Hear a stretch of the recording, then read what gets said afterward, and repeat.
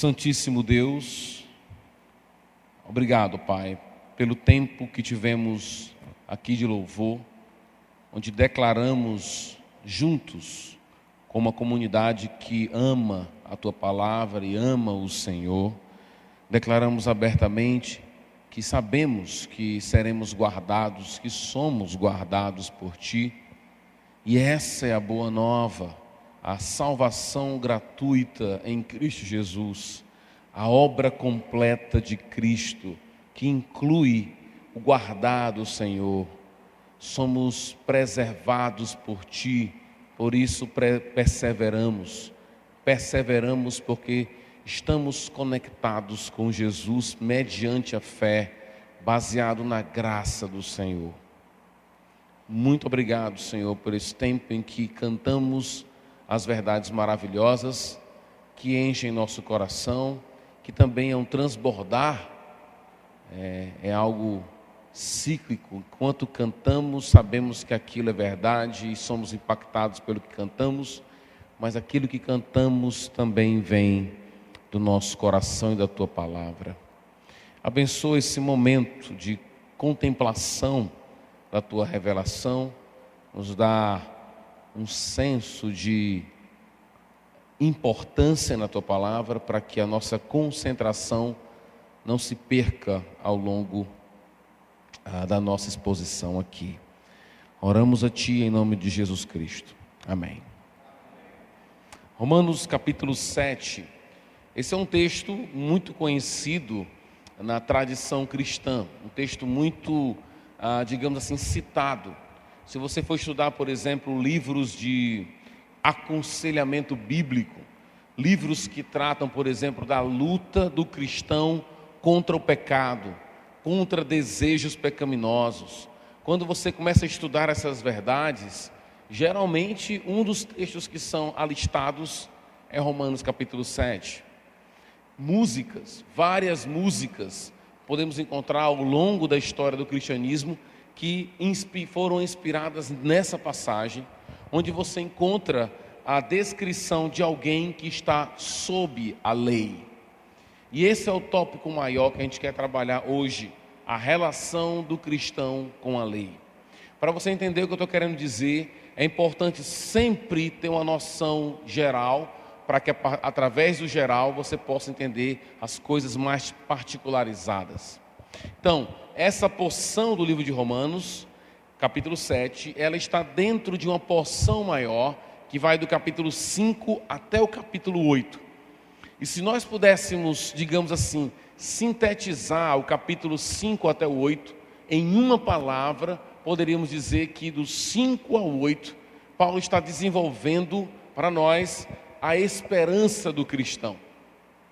Contudo, no capítulo 6 e no capítulo 7, ele dá uma parada para falar daquilo que pode ameaçar a nossa esperança. No capítulo 6, ele fala do domínio do pecado. Nós estamos livres do domínio do pecado. E no capítulo 7, ele fala da lei. É verdade aqui, e um ponto importantíssimo para entender essa passagem, a palavra lei no livro de Romanos, geralmente, nem todas as vezes, mas na grande maioria das vezes, é uma referência a uma lei específica, a lei que Deus deu ao povo de Israel através de Moisés, ok? Isso é lei.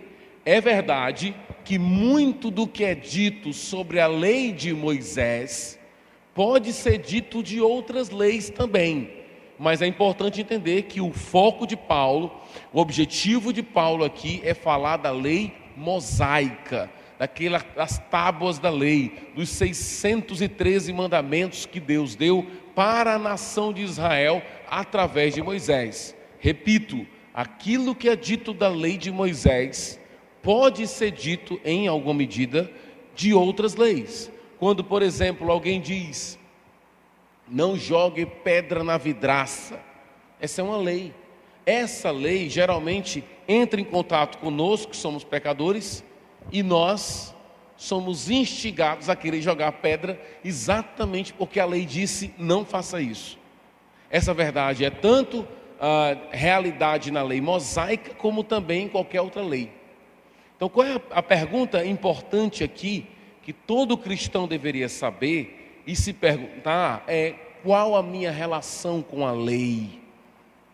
E isso é de suma importância. Na minha última aplicação, eu vou mostrar que se você não tiver o entendimento correto da lei mosaica ou de qualquer outra lei, daquilo que é exigido por Deus, você vai viver uma vida de terror, de cansaço, de fadiga, porque você vai ver Deus somente como aquele que exige de você para que você se encaixe em um padrão, para que você então seja considerado por Ele.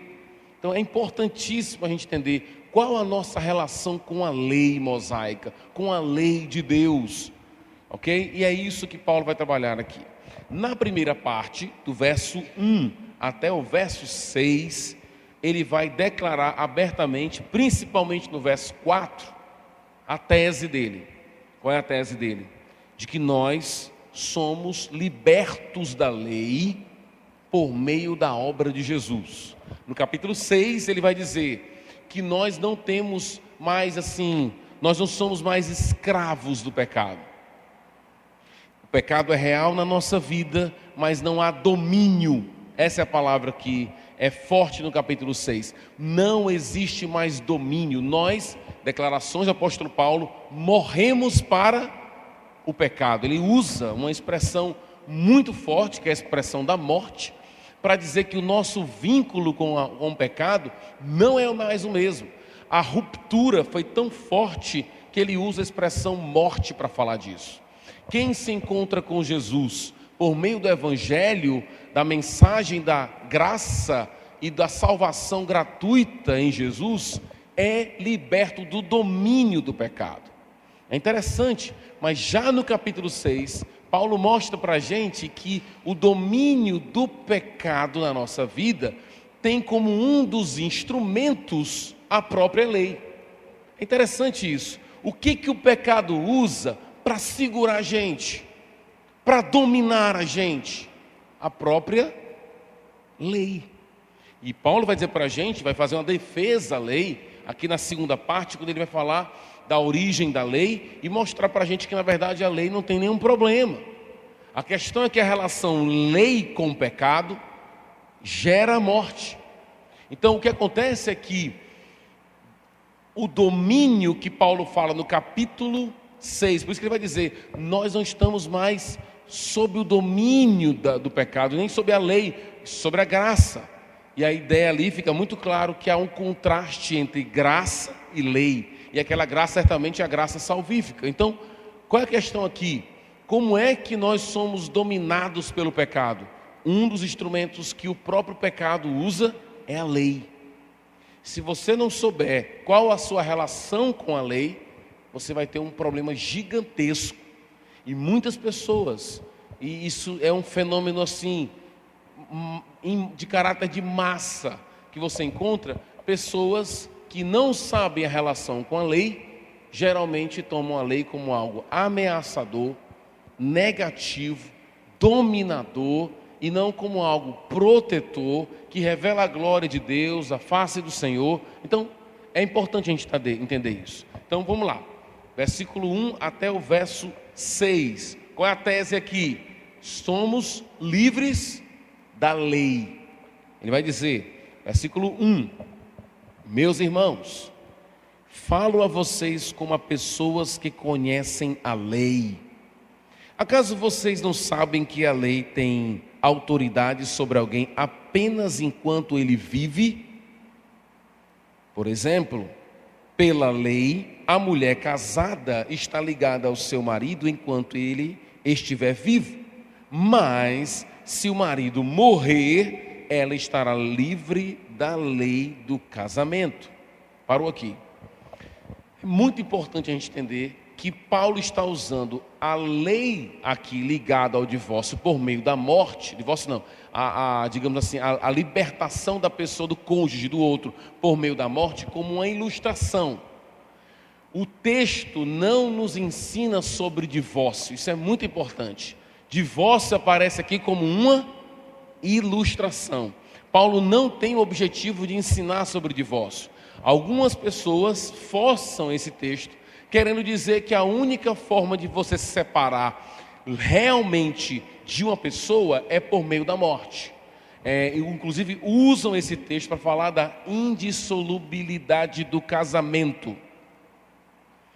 Eu não creio assim.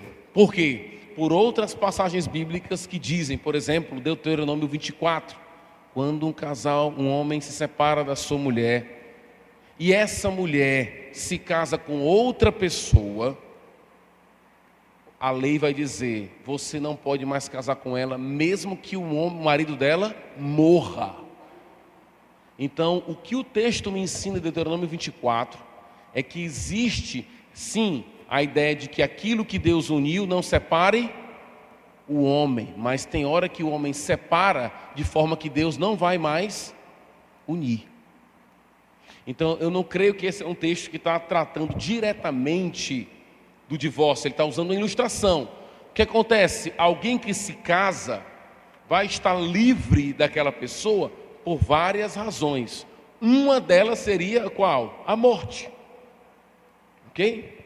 É por isso que tem pessoas que, às vezes, entendendo o que é o casamento, desejam a morte do outro, mas não desejam se separar. Não, já pensei em matar, mas se separar, não. Por quê? Por essa ideia. Então, existem outras maneiras de gerar uma separação real e livramento da lei do casamento. Uma delas é a morte. Então, por que ele está usando a morte como ilustração? Porque ele quer falar da nossa relação com a lei, que é uma relação de morte, como também a nossa relação com o pecado é uma relação de morte. Volta para cá. Por isso, se ela se casar com outro homem, enquanto seu marido ainda estiver vivo, será considerada adúltera. Mas se o marido morrer, ela estará livre daquela lei, daquela exigência. E mesmo que venha a se casar com outro, não será adúltera. Então, esse é o ponto, versículo 1 até o verso 4. Ele usa a relação homem-mulher e a lei do casamento para dizer, olha, há uma ruptura com a lei aqui. E aí ele aplica isso para nós. Ele vai dizer, assim, meus irmãos, também morreram para a lei, vocês morreram para a lei, por meio de quê? Do corpo de Cristo. Assim como uma mulher ou um homem estaria livre da lei do casamento quando um morresse, assim também nós estamos livres da lei. Por quê? Por causa de Cristo, para pertencerem a outro, àquele que ressuscitou dos mortos, a fim de que venhamos a dar frutos para Deus. Então essa é a ideia. Ele constrói essa argumentação à luz do casamento para dizer que a nossa relação com a lei é uma relação de morte. Ok? Versículo 5. Pois quando éramos controlados pela carne, as paixões pecaminosas, o que acontecia? Elas eram despertadas por quem? Pela lei. Atuava em nosso corpo de forma que dávamos frutos para a morte. Então a relação é lei, pecado e morte. A lei, aliás, o pecado se utiliza da lei para gerar a morte. Mas agora, morrendo para aquilo que antes nos prendia, fomos libertados da lei, para que sirvamos conforme o novo modo do Espírito, e não segundo a velha forma da lei escrita. E ele vai falar então, e disso desenvolver melhor isso no capítulo 8, quando ele fala que em Cristo nós estamos livres e Cristo cumpriu a lei plenamente. Por isso que quando nós nos unimos a Cristo, podemos dizer que cumprimos a lei porque estamos conectados com Ele. Então, fica muito claro na primeira parte que a tese de Paulo a ser defendida é essa. A nossa relação com a lei é de morte. E a relação com Cristo agora, nova, estabelece essa libertação da lei. Verso 7 até o verso 14, nós encontramos aqui a vinda da lei. E aqui é um ponto importante. Aqui, Paulo começa a conjugar os verbos na primeira pessoa. Ele vai usar do singular, ele vai usar o eu. E há uma grande discussão entre os teólogos sobre quem é esse eu que Paulo fala. Porque muitas coisas que Paulo vai usar como eu, não se encaixam com Paulo. Não fazem sentido aplicando isso a Paulo. Principalmente no verso 14. Então, verso 9, verso 14. Então, é importante entender o seguinte, quando Paulo diz eu, e aquele conteúdo do eu não se encaixa com Paulo, isso não é estranho para a linguagem bíblica, nem para a linguagem dos judeus, porque as pessoas podem usar e usavam o eu ou o nós de uma maneira corporativa. Às vezes a pessoa usa um eu, mas ela está querendo dizer nós. Às vezes ela usa um nós e está querendo dizer eu. Então, vale daquele que está lendo a palavra uma sensibilidade para entender que aquilo que está sendo dito não necessariamente é uma referência ao apóstolo Paulo. Por quê? Lembra, capítulo 6, nós não estamos sob o domínio de quê?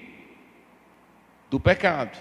Capítulo 8, ele vai dizer também, nós não estamos sob o domínio do pecado. E no capítulo 6, ele vai dizer, eu, rendido à escravidão do pecado.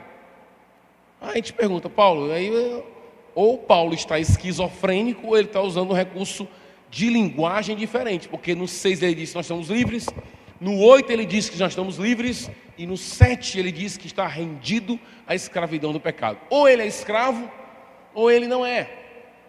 Lembra que a gente falou ontem de perspectiva? Isso não é perspectiva, são duas verdades contrárias, são duas declarações contrárias. Qual é a solução que as pessoas tomam? É que o eu de Paulo certamente não é uma referência ao apóstolo Paulo. Pode ser uma linguagem corporativa. À luz disso, vamos ler agora versículo 7 até o versículo 12, quando ele fala então da chegada da lei, e aí a partir do versículo 13, a vida sob a lei. Versículo 7, que diremos então? A lei é pecado? E aqui o objetivo desse parágrafo do 7 até o 12 é dizer o quê? É defender a lei. Apesar do pecado usar como instrumento a lei não é errada.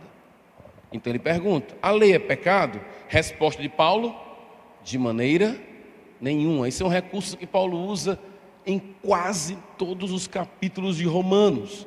É um recurso que a gente chama de diatribe, que é aquele recurso onde ele imagina alguém fazendo uma pergunta. Ok? Ele diz, de maneira nenhuma. De fato, eu não saberia o que é pecado, a não ser por meio da lei. Pois, na realidade, eu não saberia o que é cobiça, se a lei não dissesse, não cobiçarás.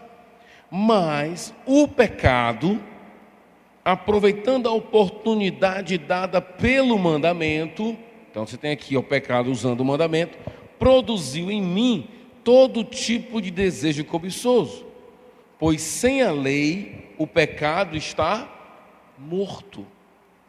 Antes eu vivia sem a lei. Como é isso? Isso se encaixa com Paulo? Como é que antes eu vivia sem a lei? Nós sabemos pela autobiografia de Paulo no livro de Filipenses, no capítulo 3, que isso não é verdade. Ele é da tribo de Benjamim, não é isso que ele vai dizer? Hebreus de hebreus, fariseu. Então Paulo não viveu uma época sem lei. E lembra que eu falei no começo, que tipo de lei Paulo tem em mente? Uma lei específica. Tanto é que algumas traduções, como a NVI, colocam a palavra lei no verso 9 com a letra maiúscula, porque ele está entendendo que é uma referência específica a uma lei.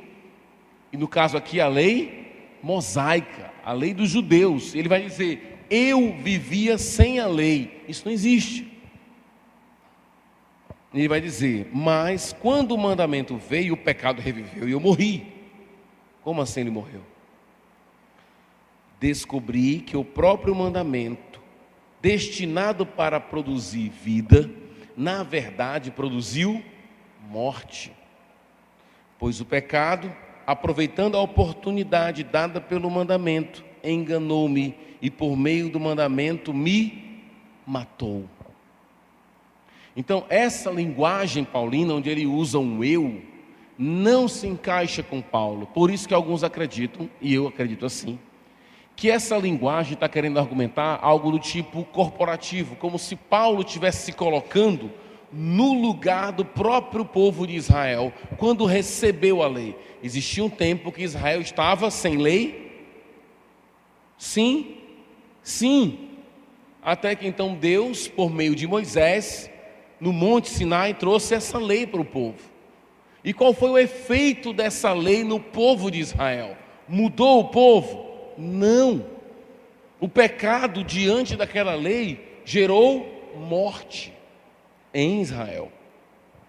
E aí ele vai dizer, defendendo a parte final do versículo 12, defendendo a lei. De fato, a lei é santa, o mandamento é santo, justo e é bom. Então não há problema com a lei. A grande questão é o pecado e a lei. Quando os dois se juntam, o casamento do pecado com a lei é a morte. O fruto desse casamento é a morte. Essa é a ideia. Então você tira a lei, você elimina muita coisa, porque é a lei que é usada como instrumento do próprio pecado para atiçar e alimentar e aumentar o pecado. É interessante como isso acontece, porque a ideia é aquilo que é bom, lei. Aquilo que é santo, a lei, foi usada pelo pecado para gerar mais domínio do pecado na pessoa. Então, se você não entender o papel da lei, o entendimento da lei, isso vai dar um problema gigantesco na sua vida. Aí vem o versículo 13. Aqui, ele vai continuar usando a primeira pessoa do singular, o eu. E nesse eu aqui, você vê claramente que nós temos a descrição de uma pessoa completamente, digamos assim, fracassada. Alguns dizem, esse aqui é o eu, é um cristão em luta contra o pecado. Estranho isso, pelo que ele vai dizer, principalmente no verso 14. Para mim, isso aqui é alguém, um judeu principalmente, diante da lei, um indivíduo diante da lei, e qual a relação dele com a lei. O que Paulo quer dizer para a gente, em outras palavras, é que a lei não transforma nada. Ela pode ser santa, justa e boa, mas lei não muda nada.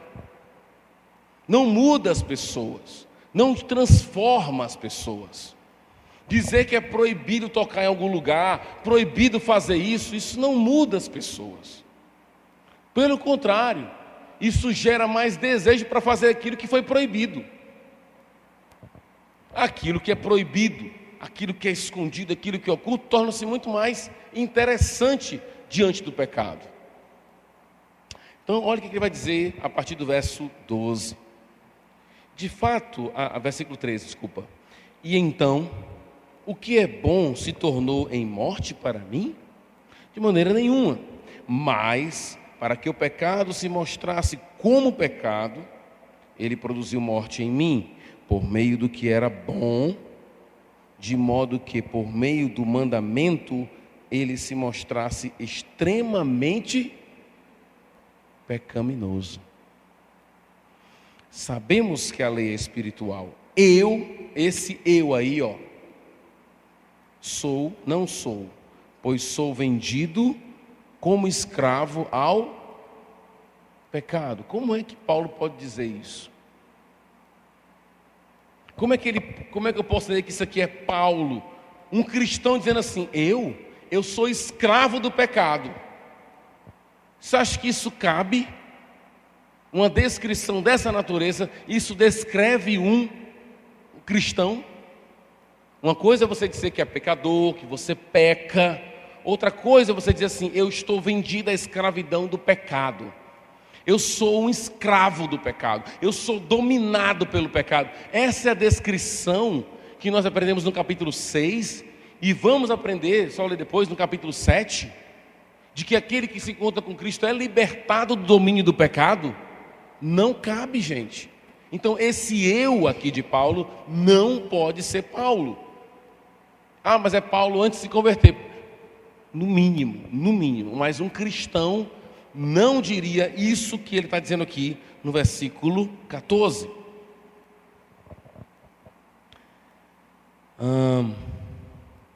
Deixa eu ver aqui. Dá um pulinho, rapidinho aqui, na minha Bíblia nem muda de página. Capítulo 8, olha o versículo 2. Porque por meio de Cristo Jesus, a lei do Espírito da vida me libertou de quê? E aí, o que eu faço? O versículo 2 ou o versículo 14 do 7? Se eu não tenho mais domínio, ele vai dizer, eu sou livre. Ele descreve ele como uma pessoa livre. E no 6 também, então, 7 não é a descrição do apóstolo Paulo no presente, mas certamente é uma linguagem corporativa, falando de um judeu, de alguém, qualquer pessoa, um judeu que recebeu essa lei. Por que eu digo que é um judeu? Porque Paulo não está pensando em qualquer lei, ele está pensando na lei que foi dada no Sinai. Então é um judeu que entrou em contato com a lei. O que a lei fez com ele? Transformou ele em um escravo. Isso é muito importante para a gente entender, já que fazendo uma breve aplicação para vocês. Às vezes, hoje eu estava pregando o evangelho para um amigo lá do Rafa, eu estava dizendo para ele, algumas igrejas, algumas pessoas, quando a gente chega para as pessoas, para falar do evangelho, eu não sei se você já passou por essa experiência, que alguém diz assim, pastor, assim, como é que é lá na igreja? O que eu posso fazer? Já fizeram essa pergunta para você? Lá é proibido isso. Olha a linguagem da pessoa. Ela já está pensando em categorias de quê? De lei. Isso é linguagem de escravo. Isso é linguagem de escravo. O que eu posso e o que eu não posso. O cara já está dizendo que é escravo. E se você entrar na onda, você vai estar pregando não o evangelho. Aí a pessoa vai escolher a igreja pelo que a igreja proíbe ou pelo que a igreja aprova. Diz, não, eu vou aqui, essa igreja aqui é muito mais legal porque é mais liberal. Lá na outra igreja lá eu não posso depilar o meu sovaco. Aqui eu posso. Essa mentalidade, eu posso ou eu não posso, tem que ser eliminada da nossa cabeça. Ok? Porque o eu posso ou eu não posso tem que vir decorrente da mensagem de libertação. Daqui a pouco a gente chega lá, mas entenda, a lei é um instrumento de escravidão. A lei é um instrumento de tortura diante de um pecador. Para um pecador, dar uma lei é amarrar ele mais ainda no pecado. Continua. Não entendo o que faço. Como é que o cristão diz isso? Pois não faço o que desejo, mas o que odeio. E se faço o que desejo, admito que a lei é boa. Nesse caso, não sou mais eu quem faz, mas o pecado que habita em mim. Sei que nada de bom habita em mim. Sei que nada de bom habita em mim? Isso é na minha carne, porque tenho o desejo de fazer o que é bom, mas não consigo realizá-lo. Pois o que faço não é o bem que desejo, mas o mal que não quero fazer. Esse eu continuo fazendo. Ora, se faço o que não quero, já não sou eu quem faz, mas o pecado que habita em mim. Me diga uma coisa. Essa pessoa, esse eu, consegue fazer alguma coisa certa? Consegue? Não. Ele é um fracassado. E a ilustração de Paulo e a argumentação de Paulo é isso que a lei faz. É isso que a lei faz. Quantas vezes eu já visitado por testemunho de Jeová, lá na minha casa, sempre eles vinham com aquele papo do novo céu e nova terra, está na Bíblia isso, e sempre eu perguntei, como é que eu faço para entrar nesse novo céu e nova terra? Sempre a resposta era a mesma, é só cumprir os mandamentos. Lascou. Vamos comer, vamos beber, vamos morrer. Só isso. Porque é para cumprir os mandamentos? Essa é a condição para me ser salvo? É cumprir os mandamentos? Eu como pecador diante da lei, querido, eu fico mais escravo dela do que o contrário. Eu preciso de uma mensagem que me liberte, e aí eu possa fazer a leitura correta da lei.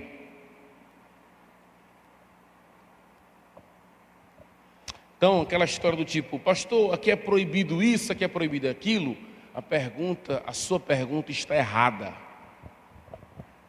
A sua pergunta está completamente errada. A questão aqui não é o que pode e o que não pode. A questão aqui é o que Deus fez por você em Cristo. E quem é você diante do que Ele fez? Essa é a questão. Ok? E ele continua. Assim encontro essa lei que atua em mim. Quando quero fazer o bem, o mal está junto a mim. No íntimo do meu ser, tenho prazer na lei de Deus, mas vejo outra lei atuando nos membros do meu corpo, guerreando contra a lei da minha mente, tornando-me prisioneiro da lei do pecado, prisioneiro que atua em meus membros. Parou aí, versículo 23. Então, eu não estou dizendo que o cristão não entra em luta. Eu não estou dizendo que o cristão muitas vezes pode passar por momentos assim, mas algumas declarações que ele faz aqui não condizem com a própria teologia da carta. Ok? Então, eu não estou dizendo que o cristão não vive em luta. Vivemos em luta, certo? Mas dizer o que ele vai dizer, miserável homem que sou, quem me libertará do corpo sujeito a essa morte? Alguns acreditam inclusive que essa figura, do corpo da morte é a figura de alguém que tinha que levar um cadáver podre, que parece que era uma das punições entre os romanos, era pegar, amarrar uma pessoa morta na outra pessoa viva, e a pessoa ia apodrecendo com ela.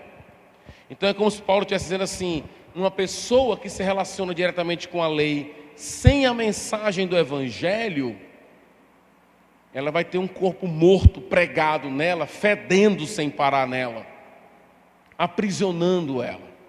E aí vem uma palavra que é um tipo de quebra de narrativa no versículo 25. Aqui Paulo está dizendo, graças a Deus por Cristo Jesus, o nosso Senhor, de modo que com a mente eu próprio sou escravo da lei de quê? De Deus, mas com a carne da lei do pecado. Então aqui você tem uma quebra, versículo 25, graças a Deus por Cristo Jesus nosso Senhor, ponto. Aqui é como se fosse assim um parênteses. É como se Paulo estivesse interferindo na narrativa, dizendo assim, graças a Deus por Cristo Jesus. Aí ele volta ao tópico de novo. Ou seja, no final das contas, o que o texto está ensinando para a gente é que se nós não tivermos uma relação correta com a lei, a nossa relação com o pecado será de escravidão maior ainda. Ok? Se vocês guardarem isso, já para mim seria suficiente. Ok? Seria ideal entender tudo isso. Eu trouxe aqui algumas aplicações para a gente. Já fez a leitura do texto? Eu trouxe 4 aplicações. Tá? A primeira aplicação é a seguinte: não vamos errar como alguns fazem, acreditando que a lei é fonte da nossa santificação. Precisamos de leis. Aqui eu não estou falando da lei mosaica, eu estou falando que precisamos de leis. O que é uma lei? É uma exigência, tá? Nós precisamos que Deus revele suas leis para nós, ok? Para nos guiar. Mas não podemos errar achando que nos tornamos santos à medida em que nós cumprimos essa lei. A santidade não tem como fonte a lei. Ok? A gente tem que ter muito cuidado com essa visão. Ao achar, por exemplo, que se eu cumprir isso aqui, eu vou me tornar mais santo. É importante entender que a palavra santidade é aplicada nas Escrituras de várias maneiras. Uma delas é a ideia de objetividade, algo que Deus faz com a gente. No livro de Hebreus, por exemplo, santidade é sempre algo que Deus faz. Deus tornou você santo, E sem essa santidade ninguém verá o Senhor, ele vai dizer lá.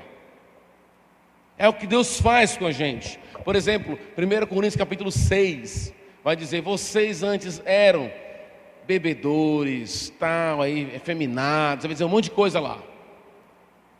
Sodomitas. Aí no final ele vai dizer: mas agora Deus o justificou e santificou. Então ele não está falando de um processo, está falando de um ato de Deus. Em Cristo Jesus, Ele nos separa, Ele nos guarda. Há um processo de santificação, mas isso tem que ter muito cuidado.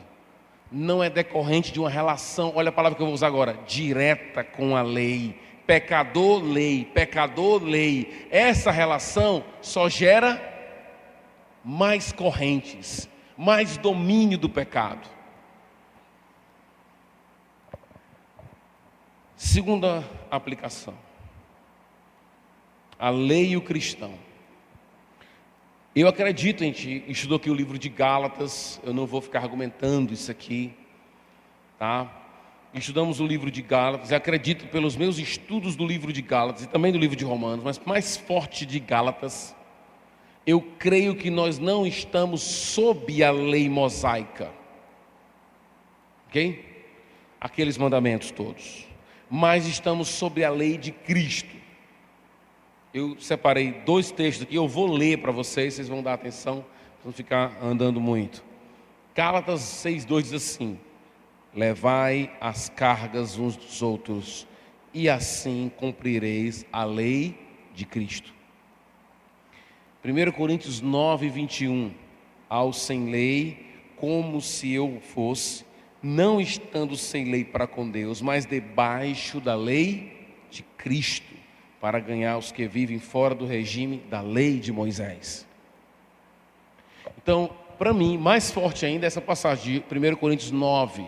O cristão não está debaixo da lei mosaica, mas ele está debaixo da lei de Cristo. Nós não somos um povo sem lei. Não é a nossa condição um povo completamente desorientado, sem lei, sem guia. Um povo sem lei é a própria anarquia, não é isso que a gente quer. Há uma relação muito próxima entre a lei de Moisés e a lei de Cristo.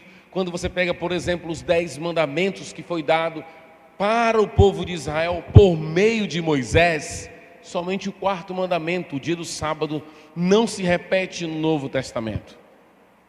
Só ele. Então, quando Paulo diz, melhor dizendo, quando Moisés diz: não furtarás, isso aparece no Novo Testamento repetido? Sim ou não? Sim. Então existem elementos de coincidência entre a lei de Moisés e a lei de Cristo. Nós não somos um povo sem lei. Contudo, a nossa relação com a lei não é uma relação direta, é uma relação mediada pela graça em Cristo. Então o nosso próprio olhar para a lei é um olhar diferenciado. Eu não vejo a lei como um meio de chegar até o Senhor.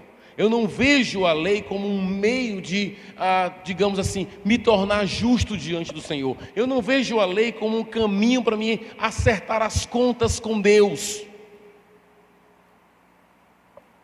Porque Ele já realizou isso em Cristo.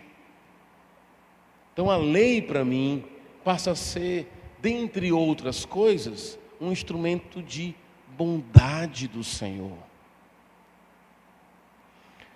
Uma das vantagens de você ter vários filhos em casa, tem muitas desvantagens, né? Mas tem vantagens. Uma das vantagens é que os filhos mais velhos têm a oportunidade, não quer dizer que vão aproveitar a oportunidade, mas vão ter a oportunidade de aprender uma coisa. Quando um filho mais velho vê o pai falando para o filho mais novo: filho, não faça isso. Aí eu começo a dar ordem aqui para o meu filho, pensar no meu caso, filho do meio, tenho 3 filhos, eu falo do filho do meio: não faça isso. O filho mais velho pode olhar e dizer assim: é verdade, cara. E ele vai começar a pensar: beleza, o meu pai está dando uma ordem para o meu irmão. Qual o objetivo do meu pai com essa ordem? Proteger o meu irmão, guardar o meu irmão. Então, certamente, quando ele dá a ordem para mim, que eu muitas vezes não entendo, o objetivo, certamente, é o mesmo. Então, você que é filho mais velho, ou tem um irmão novinho, quando você vê o seu pai ou a sua mãe dizendo não faça isso para o novinho, e o seu mesmo pai que diz para o novinho não faça isso, você sabe que ele diz isso para proteger o novinho, não é? E quando ele diz para você também, é a mesma coisa.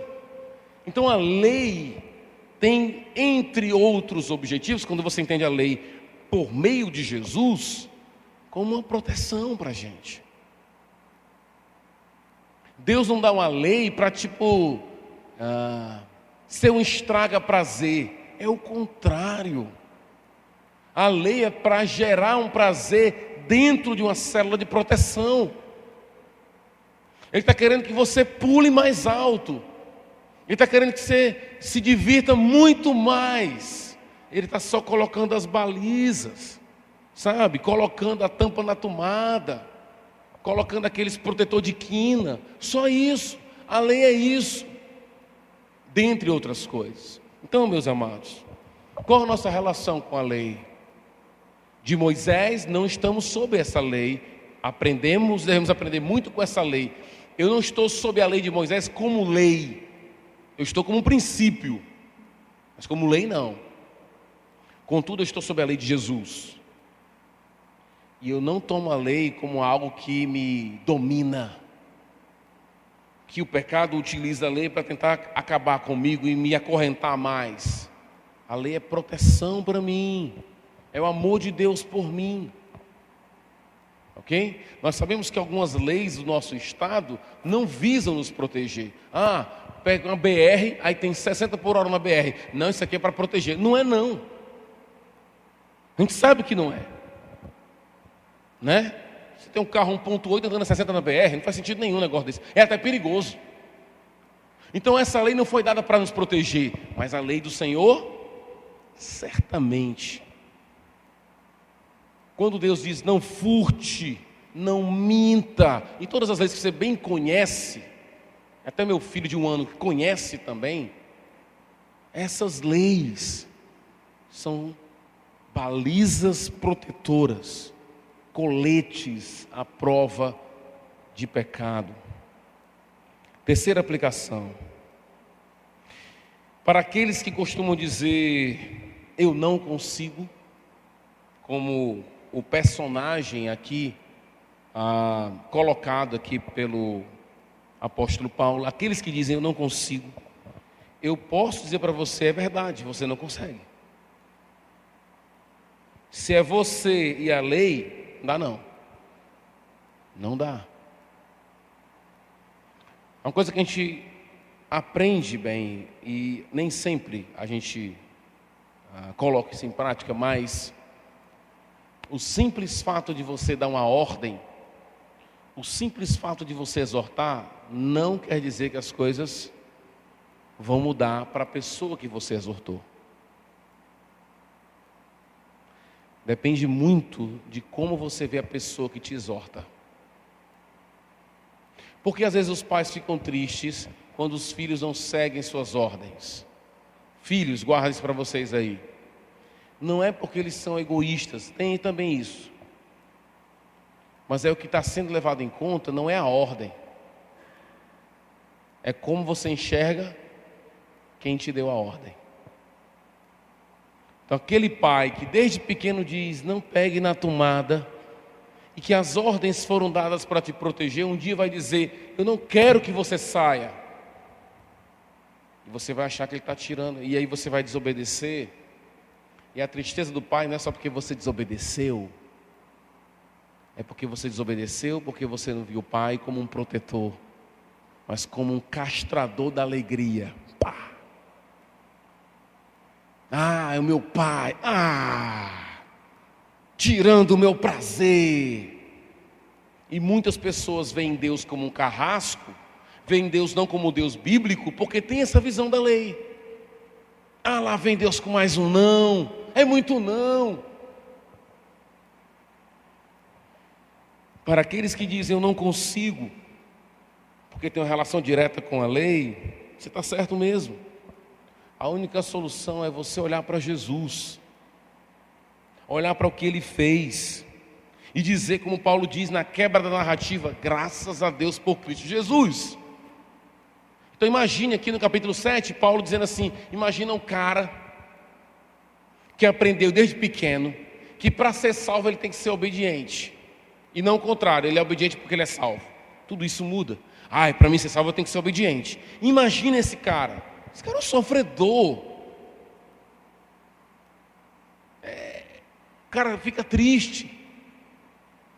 Mas se ele obedece porque é salvo, então é como se Paulo estivesse dizendo assim, imagina uma pessoa que está diante da lei, dizendo não, não, não. Aí o cara fica, eu sei que isso é isso aí mesmo, mas cara, não dá para mim não, ó. Você olha para aquilo e diz, graças a Deus por Cristo Jesus na nossa vida, porque Ele muda a minha relação com a lei. Ele muda tudo. Para aqueles que dizem eu não consigo, eu digo para você hoje, olhe para Jesus. E veja a lei através dele. Ele vai ser a mediação da sua relação com a lei. A lei vai sempre dizer para você, não, não, não. Mas se você ver através de Jesus, ela não vai segurar na sua mão e te prender. Ela vai ser um caminho, não a fonte, de santidade na sua vida. E por último, a vida sob a lei de Moisés, ou sobre qualquer lei, sem a graça do Evangelho, é sempre sufocante. É sempre insuportável. Por isso que quando alguém chegar para você e dizer assim, lá na tua igreja pode fazer isso, corta na raiz. Porque você está diante de uma pessoa legalista, escravizada por lei. Essa pergunta está errada. Você diz logo assim, pergunta errada. Não, porque eu queria saber como é que ela. Por que você quer saber como é que ela? Querido, lá a gente não vai tanto enfatizar o que você deve fazer. A Bíblia fala o que a gente tem que fazer. Mas a ênfase maior é, eu só vou poder lidar com o que eu devo fazer depois que eu entender o que Deus fez por mim. O meu fazer é resposta do fazer dele. E se eu começo com o meu fazer, não tem evangelho. Não tem evangelho. Não tem graça nenhuma. Na igreja não pode fazer isso, não pode fazer aquilo outro. Querido, deixa eu dizer uma coisa para você. Eu acho que é o David Livingstone, missionário aos africanos, que dizia, eu nunca fiz um sacrifício na minha vida. Olha essa frase. Um cara que foi para a África, salvo engano, morreu de joelho orando, sofreu muitas coisas na África, ele vai dizer, eu nunca fiz um sacrifício. Aí você olha assim, como é que o cara não fez um sacrifício? Porque o que move ele não é a exigência somente, é a graça. É sacrifício para aquele que olha. Dessa ilustração hoje, conversando com alguns irmãos também, é como a gente costuma dizer para aqueles que praticam subida em montanha. A galera que sobe montanha é conhecida. Quem é montanista não tem memória, porque se tivesse memória não voltaria a subir de novo. Mas não é isso. O montanista tem memória, porque ele seleciona as melhores memórias. E quando ele chega lá em cima, alguém pode dizer assim, pai, você fez um grande sacrifício. Que sacrifício, cara? Olha o meu pé aqui, ó. Onde é que está a nuvem? Tem sacrifício não, cara. Sacrifício para você que não valoriza o que eu valorizo. Entende? Então, para muitas pessoas, ter só uma mulher é sacrifício. Para muitas pessoas, criar filhos é sacrifício. Para muitas pessoas, trabalhar é sacrifício. Para muitas pessoas, pregar o evangelho é sacrifício. Vir para o culto é sacrifício. É quase assim um ato de martírio. Sair de casa e vir para o culto é um sacrifício semanal. Não tem sacrifício nisso, meu filho. Para muitas pessoas pode até ser, mas não é. E não deveria ser. É por aqueles que vêm de fora, porque não dão valor às mesmas coisas que nós damos valor. Tem muita gente, ofertar é sacrifício. Que sacrifício? Pastor, mas na Bíblia era o nome que era dado, sacrifício. Quando a Bíblia fala de sacrifício, ela está falando de ofício sacro. Ok? Ela não está falando de algo penoso. A palavra tornou e tem essa conotação de algo penoso. Mas para quem faz a coisa de acordo com a resposta ao Evangelho, não é sacrifício. E se for, é para ser revisto. Porque Deus não quer somente que você dê, como diz lá em Coríntios capítulo 8. Mas faça isso com alegria. Ok? Então não é só seguir uma série de leis, né? Como alguns dizem, como é que é lá na tua lei? Antigamente diziam isso, não sei se dizem hoje. Mas lá na igreja, na tua igreja, como é que é a tua lei? Como é que é a tua doutrina? O que é que exige lá? O grande ponto não é esse. Quando Deus deu a lei para o povo de Israel, Ele primeiro libertou o povo e depois deu a lei. Ele não deu a lei para depois libertar. Está aqui minha lei. Se cumprirem minha lei, eu liberto vocês. Foi assim? Foi assim que Ele fez? Liberta, arrasta, leva. Depois Ele deu a lei. Essa sequência é muito importante. Paulo vai dizer para a gente, o que veio primeiro, a promessa ou a lei? A promessa. Primeiro veio a promessa, porque ele é a fonte de lidarmos com a lei. O que na tua igreja é proibido? Não te interessa. Porque eu tenho que começar com a promessa. Eu tenho que fazer como Deus fez. Fala da promessa. Fala do que Deus prometeu. A pessoa já quer saber como é que é a exigência, porque ela vai dizer assim, como é que é lá? É o que é proibido? Então, meu brother, você não... Não. Essa relação é mortífera. Mata, sacrifica as pessoas. Por isso que você ir para uma igreja, pouco tempo eu estava conversando com o irmão sobre isso, ir para uma igreja, todo domingo ouvir coisas do tipo, o cristão não pode fazer isso, o cristão não deve fazer aquilo, um cristão verdadeiro não pode fazer aquilo. Não estou dizendo que isso é errado, irmãos, guarda isso. Mas todo domingo só ouvir exortação, exortação, exortação. Isso cansa qualquer um, porque na Bíblia, quando a exortação surge, ela só surge depois de ensinamentos sobre Jesus. Foi uma coisa que eu aprendi no livro de Hebreus. Nas minhas 500.000 leituras do livro de Hebreus, uma coisa que fica muito clara é, ele fala de Jesus, está vendo aí? Jesus superior aos anjos. Ninguém nunca disse algo a respeito dos anjos como disse sobre Jesus. Por isso, escutem Jesus. Primeiro ele dá uma aula, ele fala quem é Jesus, para depois ele dar uma lei. Qual é a lei? Escutem Jesus. Mas antes de dizer escutem Jesus, ele fala quem é Jesus. Aí ele continua falando de Jesus, que ele é sacerdote, e tal. Ele vai dizer, então, diante disso, caminhe na perfeição, usufruam do que ele fez por vocês. Ele continua falando de Jesus. Portanto, adentre o Santo dos Santos. Ele continua falando de Jesus. Ele fala de Jesus e exorta. Ele fala de Jesus e exorta. Alguém que só exorta, é chato, é cansativo. E não é isso que a gente quer. A gente quer ouvir falar de Jesus. Então, se alguém perguntar assim, pastor, é sacrifício estar casado com uma mulher? Não. Não é. É uma bênção. É uma alegria. Ok? Porque eu vejo tudo à luz de Jesus. Então, para os de fora, o que nós fazemos é sacrifício. Para nós é o quê? É brincadeira. Entendeu? É parque de diversão. Para que muitos, rapaz, esse pessoal aí, né, rapaz, prega a palavra e vai mesmo, e faz e desfaz. Pois é, porque você não está vendo a alegria que nós estamos vendo. E nós não vamos chegar para você e dizer assim: faça o que nós estamos fazendo, sem que antes mostre para você por que estamos fazendo, e por quem estamos fazendo, e por quê. Essa é a nossa relação.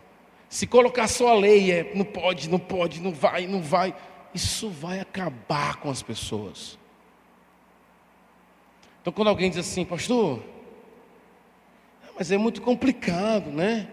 Seguir essa lei. O que tem que falar com essa pessoa? O que está faltando para essa pessoa? Está faltando Jesus nessa pessoa. Está faltando que ela entenda quem é Jesus.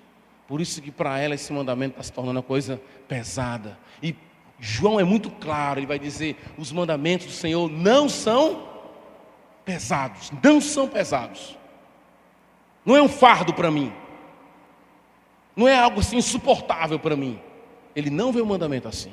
Por quê? Porque ele encontra nesses mandamentos a própria ação de graça do Senhor por meio de Jesus. Deus nos deu leis, irmãos, é verdade, mas nenhuma delas é pesada à luz de Jesus.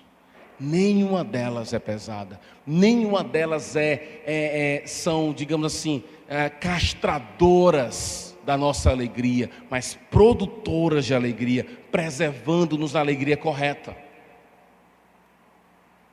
Então veja a lei dessa maneira, que o seu usufruto vai ser muito maior. Nós precisamos ouvir nãos. À luz de Jesus fica muito melhor encontrar por que se não acontece. Que você possa compreender isso e crescer nessa verdade. Vamos orar ao nosso Deus. Santo Deus, Pai querido, Pai amado, obrigado por tuas leis. Obrigado por ter revelado a tua vontade para o povo de Israel, mas também para nós da igreja. Obrigado por ter revelado tuas exortações, mas antes de tudo, nos tendo dado a tua promessa, que nos dá força para prosseguir e para olhar para a tua lei como bênção. Guarda-nos, Senhor, com o teu amor.